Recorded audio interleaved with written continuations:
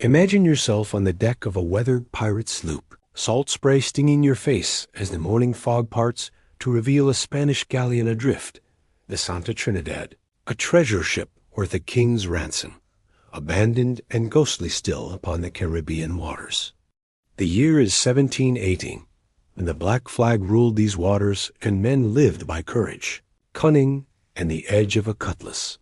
Seamus O'Malley, an Irishman pressed into piracy, who dreamed only of earning passage home, feels the deck shift beneath his boots as they board the ghost ship. The silence is more unsettling than any battle cry. Then comes the first horrific discovery: Spanish sailors, dozens of them, their flesh melted and running like candle wax, bones fused to the deck in postures that speak of unimaginable agony. Yet the expected stench of decay is absent, replaced by something far stranger, a metallic scent of copper so sharp it cuts into the sinuses. Like salt upon raw nerves. Mother of Christ, breathes Tom Farley beside him. The boatswain's usual bluster vanished. What manner of devil does this?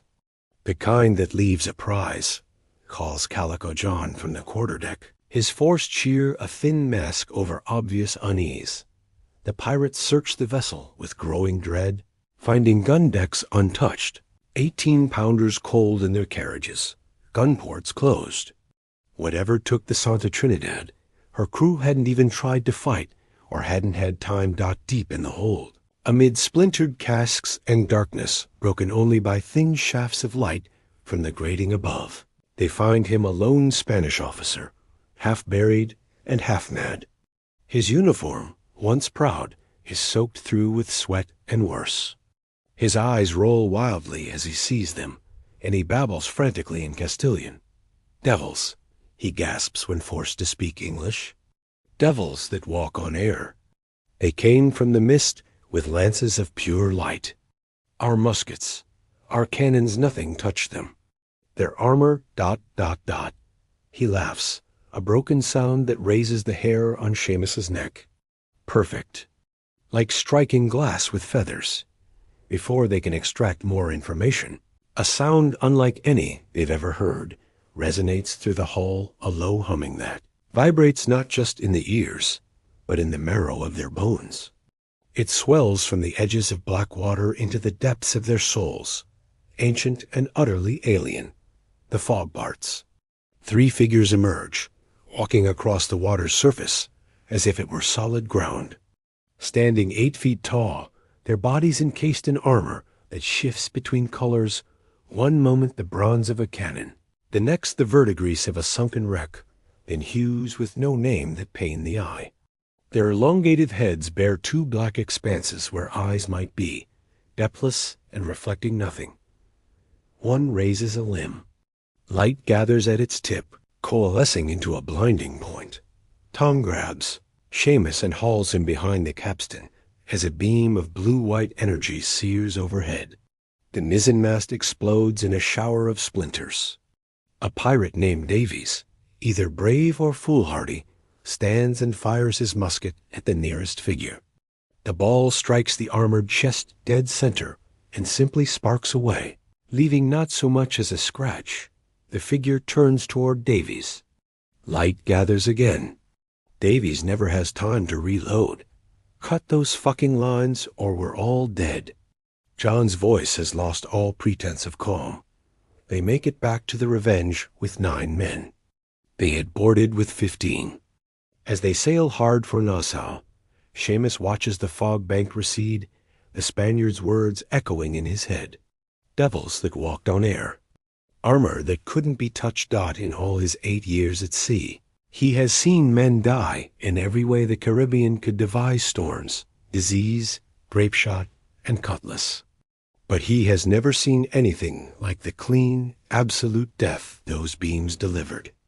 Never seen armor that could turn a musket ball like rain off canvas.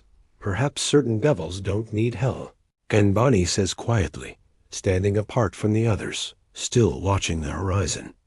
And they don't walk. They fly. By sunset in Nassau, every pirate in port knows about the ghost galleon and the devils in the fog. By midnight, they call John a coward or a liar, sometimes both. The stories grow with each telling each version, making the creatures taller, their armor brighter, their weapons more terrible. Nobody mentions Gibbs' collapsed chest, or how Davies died with a half-loaded musket in his hands. A tavern door crashes open, and a hush falls like a shroud. Edward Teach Blackbeard himself descends into the common room, and the crowd parts before him like the Red Sea before Moses. 6'5" with a beard that reaches his chest, dressed in his famous black leather coat with silver clasps, 3 pistols on his belt. He commands attention without a word.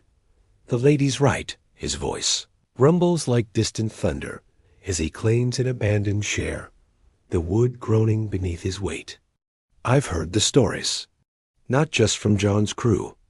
He speaks of 3 merchant ships gone missing past the Tortuga's bank. A Royal Navy scout returned with half her crew, babbling about lights under the water. Then he produces his pipe and packs it slowly, the simple action somehow more menacing than any threat. And this morning, my own lookout spots something ... He strikes a match on the table. The flame dances in his dark eyes. A Spanish scouting party. What's left of one. Found adrift off Key West. Their boat burned through the hull. At his signal, 2 of his crew drag in a Spanish officer, a young man with frightened eyes and a soiled uniform. Under threat, the man confirms everything. An island that wasn't there last month, surrounded by fog that turns compasses mad. When they tried to land, demons emerged from the jungle warriors in armor that turned their musket balls to sparks. Nothing is invincible. Blackbeard says, drawing one of his pistols and aiming it at the Spaniard's head. "You believe these demons can't be killed, Senator?" "I swear it," the officer pleads. The pistol roars. The officer topples backward, a hole between his eyes. Blood spreads across the tavern floor. "Every man dies from a bullet to the brain," Blackbeard declares, reloading with practiced hands. Spanish, English, or demon. The only question is getting the bullet there. Anne half draws her pistol before catching herself. Christ's bones Teach. Was that necessary? But Blackbeard's eyes already scan the room, meeting gazes until men look away. "I'm going after this devil's key, whatever guards it, whatever treasure it holds. But I won't go alone, even if the stories are true," Hornigold protests. "How does one kill them?" "They will learn to fear us." Blackbeard's voice carries absolute certainty. "Every armor has a weakness. Every enemy can bleed. We just need to find the right way to open them up." He turns to Anne. "You've seen them. These devils on the water. What did you notice?" Anne considers carefully before answering. "They moved unnaturally, too smooth, like they were gliding instead of walking. The armor. It felt like something other than metal. It bent in places metal shouldn't. What else? The weapons, they needed time between shots. A handful of seconds, but noticeable." She frowns. "And they stayed together. Never spread out, never flanked. Like they were following a plan that didn't account for us fighting back." Blackbeard smiles, a predator's grin. "There we are.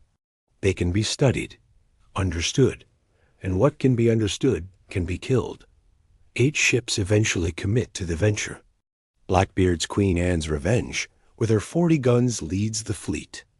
Anne Bonny commands the Revenge, and she personally selects Seamus for her landing party, not because he's brave or bloodthirsty, but because when the beams flew and men died in clean lines of fire, he kept his wits. "You with me, O'Malley?" She asks him as he tries to slip away from the tavern. "I'm no hero," Seamus protests. "Good. Heroes die quick. Survivors are what I need." She steps closer. "Double share for you if you sail with me. Triple if you're still breathing at the end. Triple share of a galleon's treasure. Enough to buy more than passage home. Enough to buy land. A life. A future. When do we sail?" He hears himself say. 3 days later, The pirate fleet approaches the unnatural fog bank on the horizon. Compasses spin uselessly, and the temperature drops 10 degrees in as many seconds. Men cross themselves and spit over the rail for luck. Devils. Key rises from the water like a fevered dream-black sand beaches. A jungle that seems to writhe even from a distance. And at its heart, something that reflects light wrong. A structure that hurts to look at directly. A light flashes from the beach, then another. The demons have seen them. All guns, fire as you bear. Blackbeard's voice roars across the water dot. The world explodes. Cannon fire turns morning into thunder-8 ships. Over 100 guns, all firing at once. The black sand beach erupts in fountains of earth and flame. Through the smoke, armored figures emerge from the jungle's edge, a dozen, maybe more. They move with that unnatural gliding motion, using the strange trees for cover, firing their weapons between volleys. Light gathers at their tips.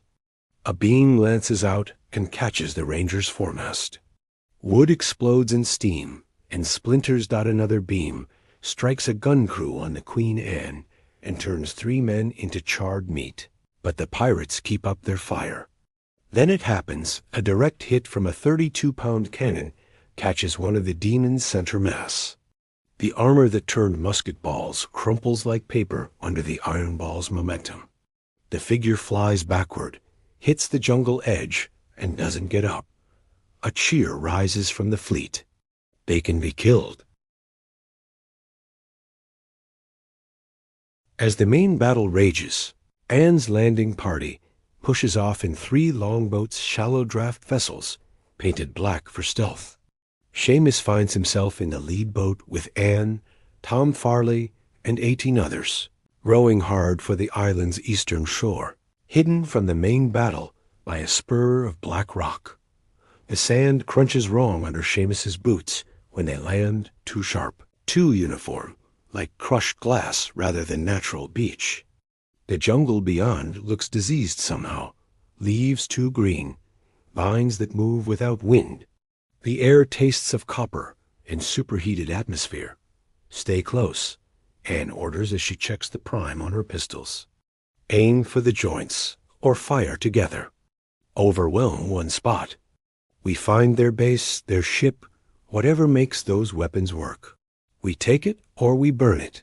20 yards into the jungle, they find the first body, neither human nor demon, but something else.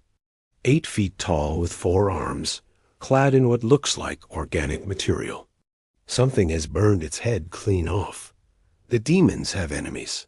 Tom mutters, or they don't like witnesses. Anne replies, deeper in, the jungle grows stranger trees that bleed sap the color of rust. Flowers that track their movement like predators. Ground that gives off heat without sunlight. Then, through a break in the canopy, they see it dot the ship, if ship is the right word, carved a furrow through the jungle when it came down. 200 feet long, made of something between metal and ceramic, its surface a collage of shifting hues. Parts of it throb with a soft internal luminescence. Other sections are dark and damaged. Jesus Christ, Tom breathes.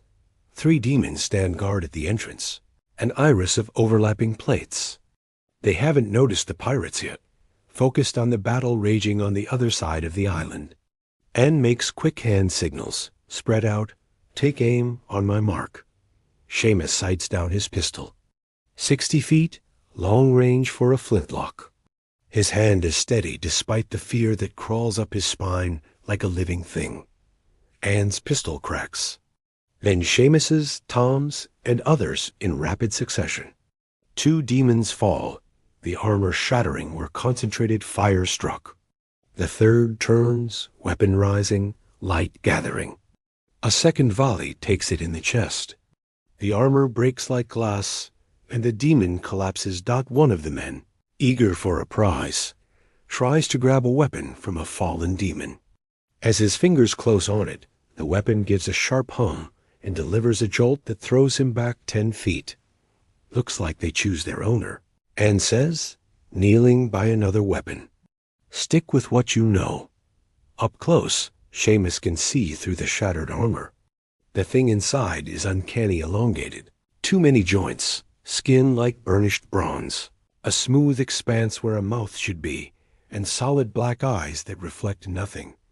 Inside the ship, corridors curve in ways that offend the eye, with floors that slope at unsettling angles.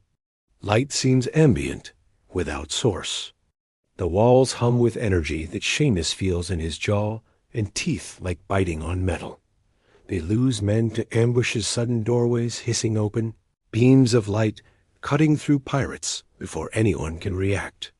They leave 4 more men to hold a key junction, and their pistol shots echo as the main group pushes on toward the ship's heart.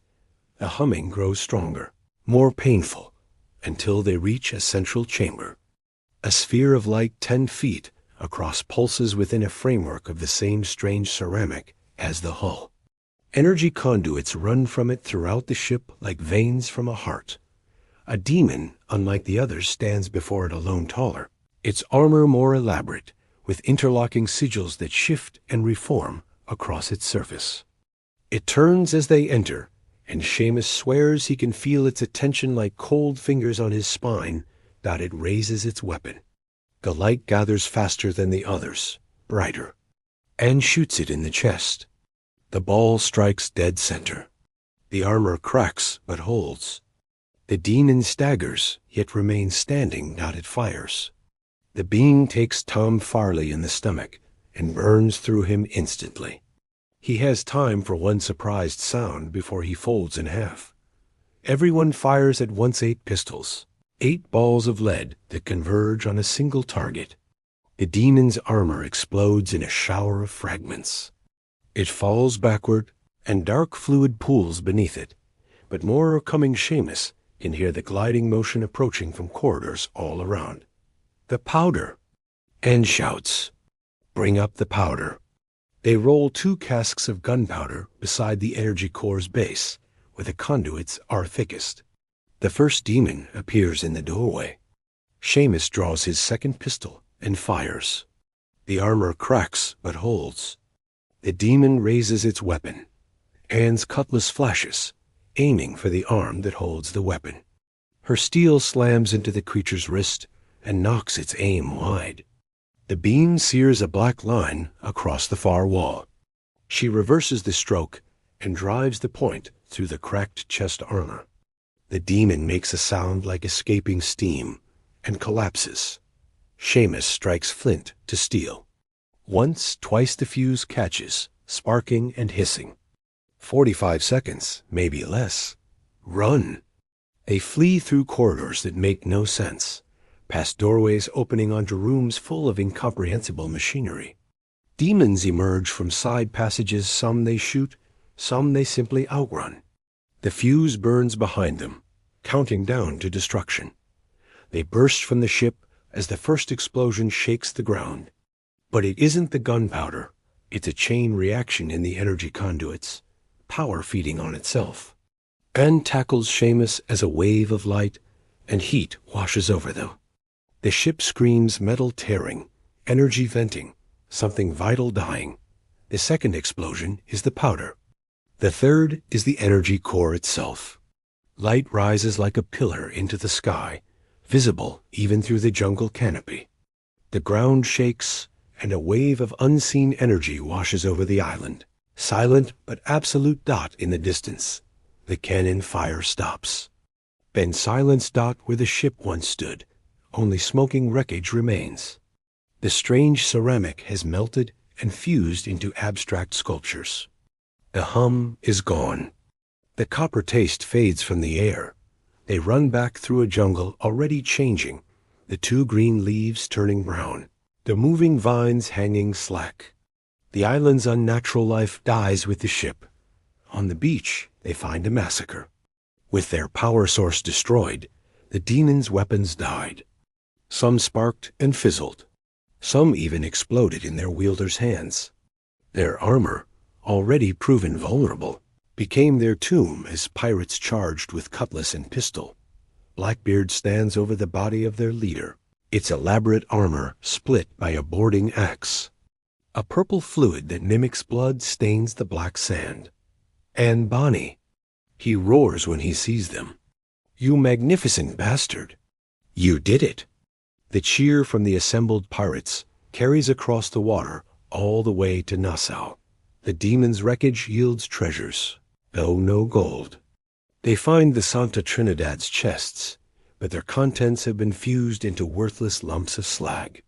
The demons had no use for it, but they discover other things, metals lighter than steel and stronger than iron, jewels that hold light inside them like captured stars, sheets of material that bend but never break, and weapons most dead with their power core, but 3 still function, able to fire their beams a dozen times before going dark. Blackbeard claims one, and another.